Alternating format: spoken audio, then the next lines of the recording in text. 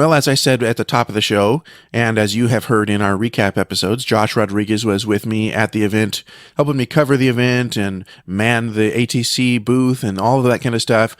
But he also did a couple of interviews. So he sat down with Frank Yulee and Rebecca Bradford. These are the producers of the Nick Guy Private Eye audio drama. And we've had Frank on the show in the past, but this was a really cool chance to sit down with both of them and hear a little bit of behind the scenes of their creative process as they work on each Nick Guy show. So take it away, Josh. Hey, this is Josh Rodriguez reporting live from SonicCon 2021. I am privileged to be sitting across from the creators and showrunners of Nick Guy Private Eye, and that would be Frank Yulee and Rebecca Bradford. So glad you can both be with us today. Frank, Rebecca. Well, thank you. Glad to be here. Yeah, nice to meet you. Fantastic. So they're here at SonicCon. Tell us why you're here. Let's just start right there. Okay. Well, we just heard about it back in the summer, and it just looked like a good way for us to begin to network with other people and encourage and just kind of find out what other people are doing in the industry, and so here we are. Awesome. How about you, Rebecca? You enjoying yourself at SonicCon so far? Yeah, conferences really aren't my thing, but I'm really happy to get our show out there, so. I'm totally with you on that. I understand the conference averse. Yeah, that I'm not exactly into conventions myself, but this is something that we're all very, very passionate about. The audio drama industry is growing, and it's great to see new shows or shows that have already been established, like Nick Guy Private Eye. So why don't you give us an idea of what the show's about and how it came to be? Sure. Well, we actually first aired in the spring of 2010. We had an Easter special, and Nick Guy, well, he's a private eye, obviously. And he solves mysteries, but along the way we use that as a format or as a platform to offer an apologetic, a Christian apologetic for any number of topics or characteristics about God, doctrines. In our first episode, it was called Nick Guy and the Empty Tomb Affair, and Nick Guy was hired to solve the mystery of what happened to the body of Jesus 3 days after it was laid in the tomb. And since then, it's been over 11 years now we've been producing these, and we're not running out of ideas. It's really continuing to grow, and Rebecca joined early on in the process, and incredible voice talent. We've got numerous characters that we have both voiced and established in the series, and I'll let her talk a little bit about her involvement. Yeah, I joined probably around 2011, so he did more of the creation of the show, but I have helped a lot with developing of other characters. I read through all the scripts and help with story flow and just making sure the apologetic is seamless and not just shoehorned in there.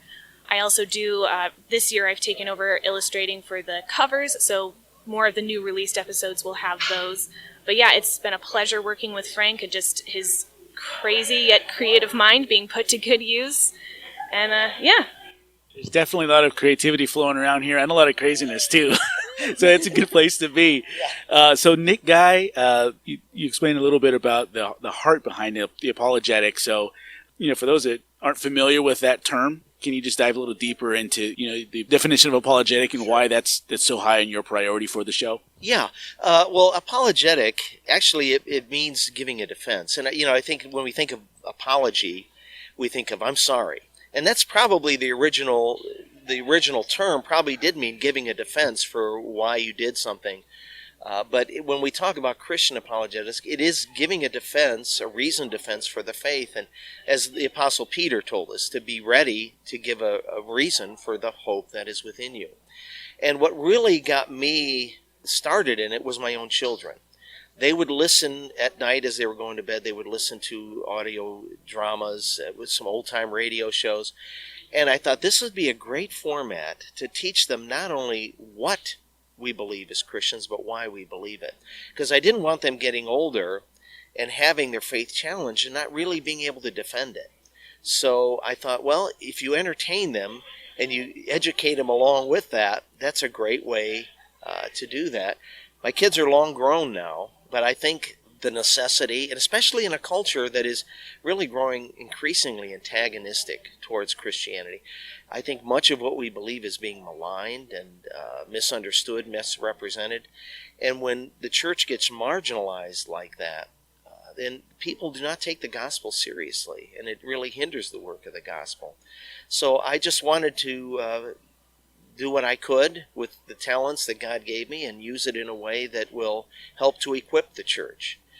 So this has always been more, a mission, more of a labor of love than anything else. Fantastic. So, Rebecca, what about your start in audio dramas, or your passion for it? Where did that come from? I grew up listening to a lot of old radio, mostly the horror ones like Suspense. That was my favorite one. But I also listened to like Armis Brooks, My Favorite Husband. I listen to a lot of podcasts now, but that's probably just the resurgence of audio dramas. And then my dad knew Frank, and I knew Frank from our church's worship team.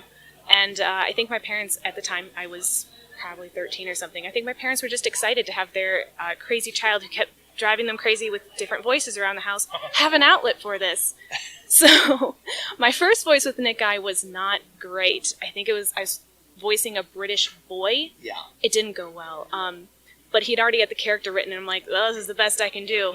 But now we have a lot of different characters, and a lot of the female characters I've helped to develop, so now we're able to have a much more rounded cast. And then we work with people all over the country who send in their voices to us as well. So it's been really fun. I've always loved voiceover work, like the idea of voiceover work, but to get to do it for real is really fun.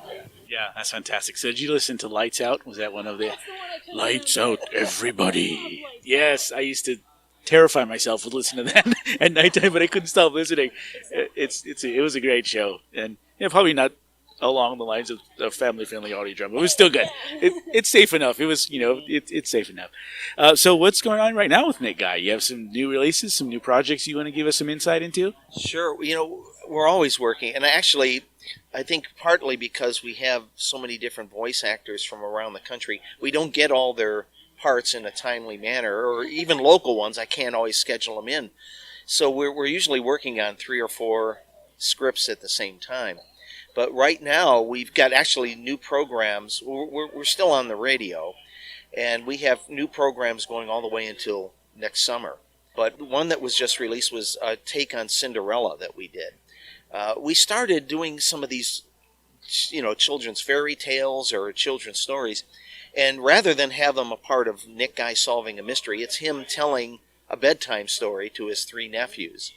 And so Cinderella's one. We did one on based on Alice in Wonderland. One of our recurring characters is Trixie Prattle, and she was perfect, so we did Trixie in Wonderland. And in that one, we're actually addressing the issue of, is God to blame for sin? Because, we are affected by our environment and our nurture, our nature, and God put us there, so is he really responsible? But we pull out of James chapter 1, where James says God doesn't tempt anyone, and we kind of explore that. What does he mean by that, and what does that all look like? And Trixie in Wonderland is a musical, so we have musical numbers in it. But we've got 2 that just released that are kind of they're like 6 episodes, that 2 different storylines, but they're tied in, where we develop the idea when Jesus sent his disciples out as that they should be as wise as serpents, as gentle as doves, because they were being sent out as sheep among wolves. So they kind of tie in all that. So give us some inside baseball. So you've got a show. You mentioned the reason for the show. It's not just for fun. There's plenty of shows out there that are silly and fun. There's nothing wrong with that. And there's some shows that maybe take the other bent. They're more preachy or so, but you're kind of hitting in the middle there. You want to have a great story, but you're also very interested in helping us to learn to defend our faith, specifically children. So the creative process has to be a little different.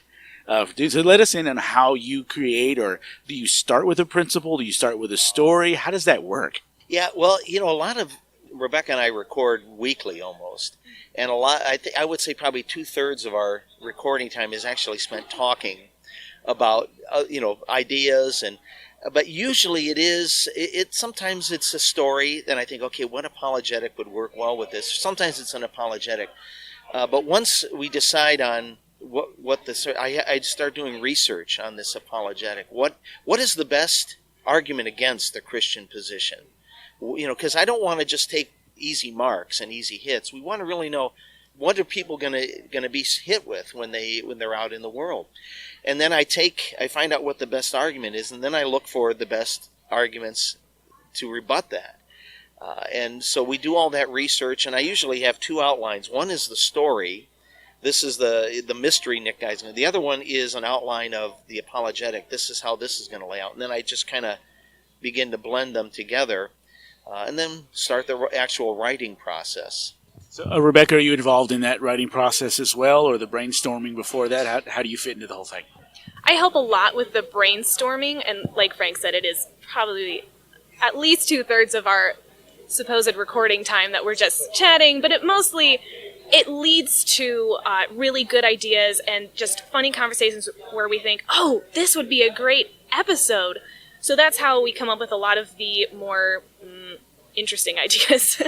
We have some weird ones coming up and some ones that we're working on.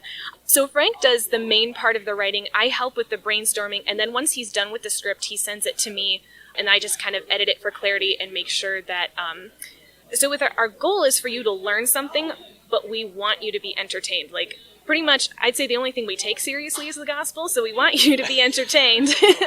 But we also want you to learn some things, and we don't want it to be so goofy or so silly that you can't hear the message, and we don't want it to be so preachy that you're annoyed by it. Because I've heard some stuff like that, and I want to, like, you're saying good things, but let's work this into the story a little more instead of stopping it completely and then just putting this message in there. So, yeah, so I help with the editing there a lot. Awesome. So, did we talk about upcoming projects or anything that's... Well, yeah, and we've got, like I said, we've got ideas coming. We have one where Nick Guy has to solve a mystery at a carnival, which was a lot of fun. We had a lot of characters, a lot of funny voices we were able to do in that. We're working on one right now where he goes to a summer camp that is promising to be a lot of fun. So tell us about Nick Guy, the character himself. What does he look like? What is he? I know you don't always describe those things, Yeah. but as his creator, just give us some information about the character himself. Well, interestingly, when I first got the idea, I wanted to make him like a bumbling Sherlock Holmes. So I gave him Dr. Watson. Dr. DeSoto is his companion. And the first episode, he was kind of bumbling. But as I was working on it, I realized he really is better suited to be a straight man. And he became kind of the sounding board for all the other strange people. And we kept Dr. DeSoto in mostly because he really serves, he's more the intellectual of the two. So he serves as a great way to introduce the apologetic. Nick Guy isn't necessarily going to talk about the resurrection and, is it really important to be a Christian and believe in the resurrection? DeSoto is, because he's more the learned, he's the doctor.